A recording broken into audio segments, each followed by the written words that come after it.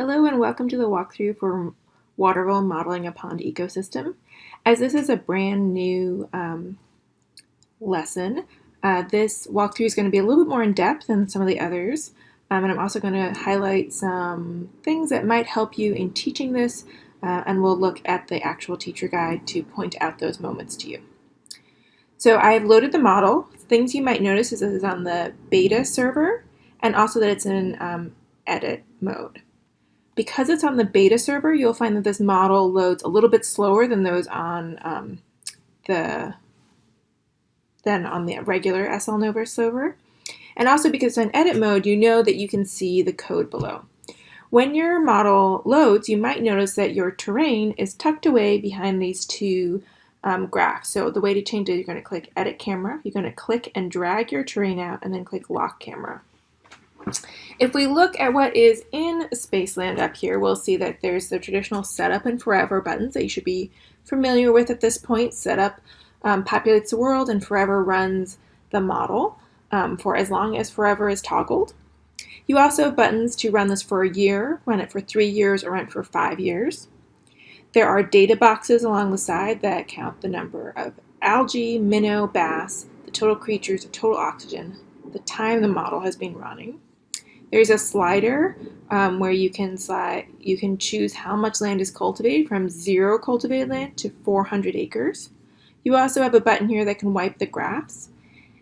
This is so that if you wanted to run your model for a year and then you run your model for another year and you still wanted to see the data over time, you can have your graphs continue to populate. But if you want to start from new, clean graphs, you can wipe them here.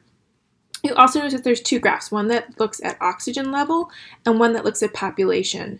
One thing you might want to highlight to your students is they might want to look at these 2 graphs together. What is happening in the oxygen level and what's happening to the population? What do you see happening across both? Another thing that is unusual about this model compared to the others is if you scroll down to the block-based programming section, you'll notice that your drawers are different and the colors are different. The titles of the drawers are different, the colors are different, and what those blocks can do is also slightly different. So there's create, visualize data, experimentation, reproduce, move, die, expand, expend energy, gain stored food storage, and respire. If I click on the minnow tab, you'll notice that it's all put together. The instructions are here, what the minnow is supposed to do. But if I click on algae, the instructions are broken apart, and the same is true for bass. So the first thing you have to do in this model is after you've done the intro parts, is to actually finish building the model. A few things to be aware of with these blocks: they look different than the other ones. The language is different. If you look here at this purple block, it says, if it is daytime, algae photosynthesize by. And as you put in the blocks, they should build out the paragraph of what that means. So how does an algae photosynthesize? First, it needs to diffuse in carbon dioxide. Then it needs to convert the sunlight into stored food, and then diffuses out oxygen, right? So there's that. And how does an algae respire? In the opposite direction, right? So it diffuses in oxygen, it breaks down food storage, and diffuses in carbon dioxide. What's important to know here is that you can put these in, put the blocks in any order in Forever, underneath Forever here, and your model will run. But they need to be in the correct order in these little bracketed areas here. So if you had put this in the wrong order, your model will still run, but your data will be incorrect because your model isn't running in a way that is more scientifically accurate. So that's important to know. So I have, and the bass as well is not put together. So I have opened this model already, and I have built these 2 to show you. So again, it's important that these sentences make sense. But that die could be the first thing under Forever, while Forever toggled for the algae, and it wouldn't really affect your model. For bass, what's important to highlight to you here is that there are there's pink, right? Pink, which if we go to our drawer means to move, and some of the pink are tucked within each other and some are out. And students sometimes have trouble with this, so it's important for them to read the sentence. If IBAS need more food storage, then IBAS seek minnow.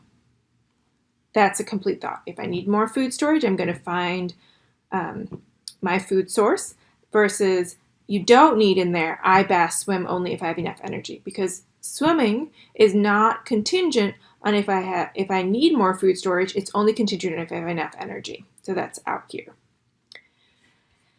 So if I click setup, you see that the world is populated with algae, which are the green squares, minnows, which are these blue fish, and bass, which are the red fish. So the point of this model is for students to be able to experiment with how much cultivated land can be around this town pond, and the town to still be able to run a bass fishing tournament every year. And to do that, you can change the amount of acreage that is being cultivated. So we've hit setup. If I hit run for a year here, you'll see that my graphs start to populate, that my oxygen is fluctuating, and that my populations are kind of moving steadily along. Say I choose to run my model with 400 cultivated acres, close enough to that. If I hit setup, I wipe my graphs, and I hit forever. Oh, sorry, let's hit run for a year, so it's similar. We'll see what happens here. The other thing to notice is you have an engine speed slider here, so you can crank up your engine speed and make this go by really fast. A year is about 1,000 ticks, or time, in this model. So here again, my graphs look different. I'm still getting fluctuation in oxygen, but look at my populations are starting to increase. I also wanted to show you some tricks that might be important within the teacher guide. You are first going to do this as a student, but I just wanted to show you some places in the teacher guide in case that might be useful for you, since we don't have an expert teacher teaching this lesson, since it's a new one. So one thing I wanted to show you was that there is this activity where they have to link blocks to the different drawers, and this is really so your students start to understand that the color and the drawer are related, and that the different colors mean slightly different things. Another thing is to just point out that I have the completed code in the teacher guide, so you do know what it should look like. And this is a good place when your students are building the code to have them stop and you check in that their code is correct. The worksheets do have the students check themselves too, based on what the graph should look like, but this can be a good point where you can stop by and help your students think through, what do these actual paragraphs need to be saying, and does that resonate with my understanding of what photosynthesis is and what respiration is. Another thing to point out is this, here we have run the model for a long time and we're providing the graphs, and so this is where I was talking about how you might want to have your students really think about what is the relationship between the oxygen and the population, and how are they, how do looking at those two graphs help you figure out what's going on. So the other thing is that these worksheets start out by looking at the background, what's really going on in the model, what are you background understanding of a pond, different relationships, how they're going to build it. Then they're going to run it at a baseline so they can understand what's happening in the model now before any changes are made. This is still looking at this. And then there's this whole section on predictions. This section on predictions you can have your students do on their own and write out what they think will happen, which can be very fruitful, but if you have less time, you can also do this as a whole class, thinking about what are each of these predictions.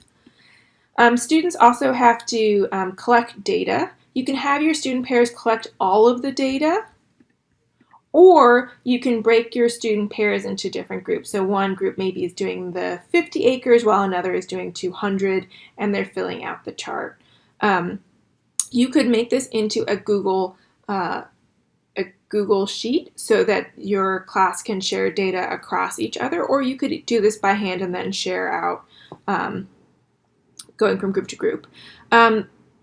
Students will also notice that when a creature dies in the model will stop moving. So as they get higher levels of cultivated land, they might not get to run it for the full 15 years or the full 12 years because their model might just stop because there isn't all of the species in it. It's another place here while you're doing experimentation to have a moment, if you would like to talk to your students about what is the power of using computational models to run experiments, and also to talk about what is in the model and what is not in the model, and what did they build and not build.